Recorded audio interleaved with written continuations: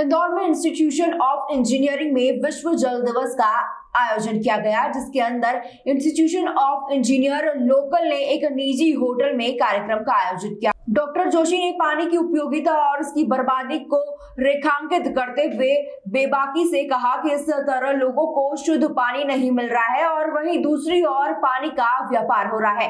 देश का हर एक वर्ग एक ऐसा है जो केवल बोतल भरा हुआ पानी पीता है। पानी की कमी से कई गांव खाली हो गए हैं और शहरों में पानी ट्रांसफर से पहुंचाया जा रहा है। वहीं गांधीवाद विचार डॉक्टर आर.के. पालीवाल ने कहा कि विश्व जल दिवस मनाने से पहले हमें कुछ संकल्प लेना होगा कि हम नदियों में कचरा गंदगी डालकर उसे दूषित नहीं करेंगे, खेतों में कीटनाशक दवाइयां नहीं छिड़केंगे।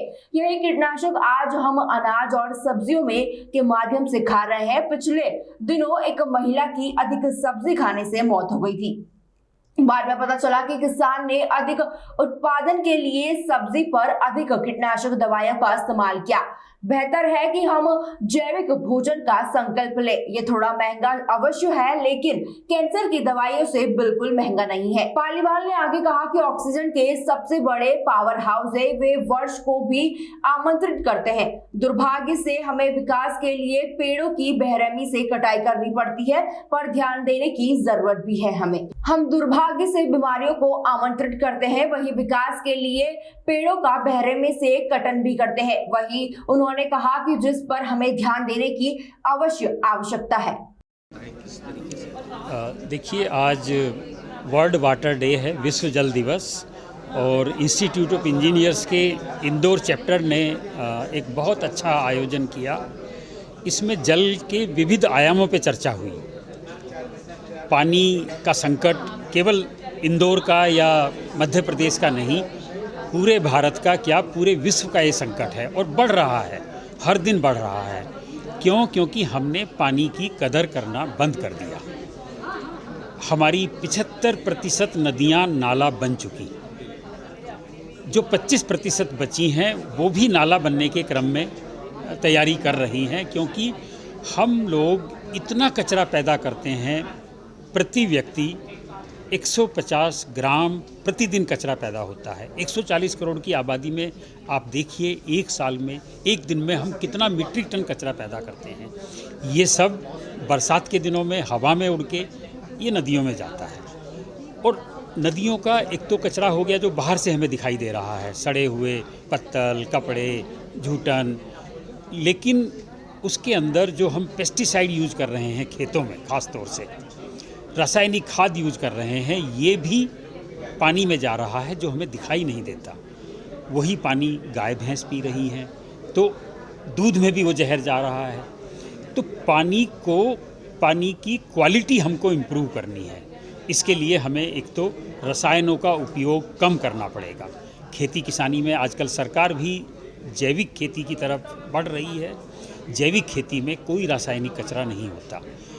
हम भी ये कोशिश करें कि हम जैविक चीज़ें खरीदें, ताकि ज़्यादा से ज़्यादा किसान जैविक खेती करें और हम अपनी नदियों को बचाएं। जैविक खेती करने की या जैविक चीज़ें उपयोग करने के लिए यहाँ पे किस तरीके से मतलब बताया गया है और कैसे युवाओं को इस ओर जी देखिए, हम अगर ये संकल्प लेंगे कि हम जैविक भोजन करना शुरू करेंगे, तो बहुत से किसान आपके लिए जैविक भोजन उगाएंगे। क्योंकि जैविक खाना उगाना थोड़ा सा परिश्रम ज़्यादा लगती है, तो महंगा भी होगा, तो हमें थोड़ा सा ज़्यादा खर्च करना पड़ेगा, लेकिन उससे ज़्यादा खर्च हम अपनी दवाओं पे बचा सकते हैं। क्योंकि जैविक भोजन से हम बीमार नहीं होंगे, हमारी इम्यूनिटी कमज़ोर नहीं होगी।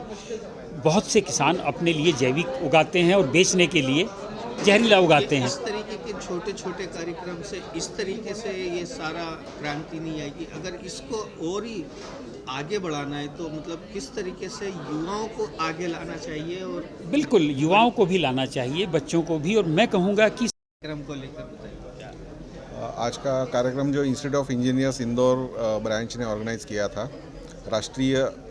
अंतर्राष्ट्रीय जल दिन के अवसर पर, ऐसे कार्यक्रम होना बहुत ज़रूरी है। और जो इंजीनियर्स होते हैं, जो एक इंटेलेक्चुअल कौम मानी जाती है, जो प्रॉब्लम सॉल्विंग में या नेशन बिल्डिंग में बड़ा रोल करते हैं, तो उन लोगों के बीच में पानी का अगर सीरियसनेस पहुंचता है तो पानी के सोल्यूशन में बहुत बड़ा काम हो सकता है। ये मेरा कहना है। और ये बहुत अच्छा कार्यक्रम इन्होंने ऑर्गेनाइज़ किया है और इनका मैं बहुत बहुत धन्यवाद करता हूँ कि ये कार्यक्रम ऐसे लेते रहे और अवेयरनेस के लिए काम करते रहे। इस तरीके के कार्यक्रम बरसों से चले आ रहा है और अभी तक ऐसा कुछ भी आया नहीं है, तो इसमें युवाओं को जोड़ने का कितना आपका ऐसे कार्यक्रम जो अंतर्राष्ट्रीय जल दिन चालू हुआ है, इसका हम लोग प्राउड फील करना चाहिए कि माधवराव चितड़े जो औरंगाबाद से ही थे, अभी इंदौर में हैं, उन्होंने चालू करा था 1993। इसका पर्पज़ ये है कि जो वाटर के प्रॉब्लम्स दुनिया भर में हो रहे हैं, तो उसका एक मंच होना चाहिए और उसका डिस्कशन होता रहना चाहिए, इसलिए बनाया गया है।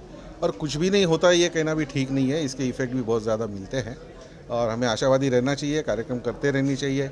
और युवाओं के लिए तो मैं एक बोलूँगा कि ट्रेनिंग सेशंस बहुत ज़्यादा से ज़्यादा हमको करनी चाहिए और उनको नदियों से और अपने तालाबों से जोड़ना चाहिए, क्योंकि जो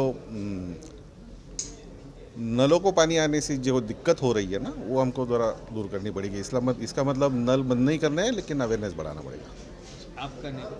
आनंद असोलकर, मैं औरंगाबाद से हूँ, संभाजी नगर।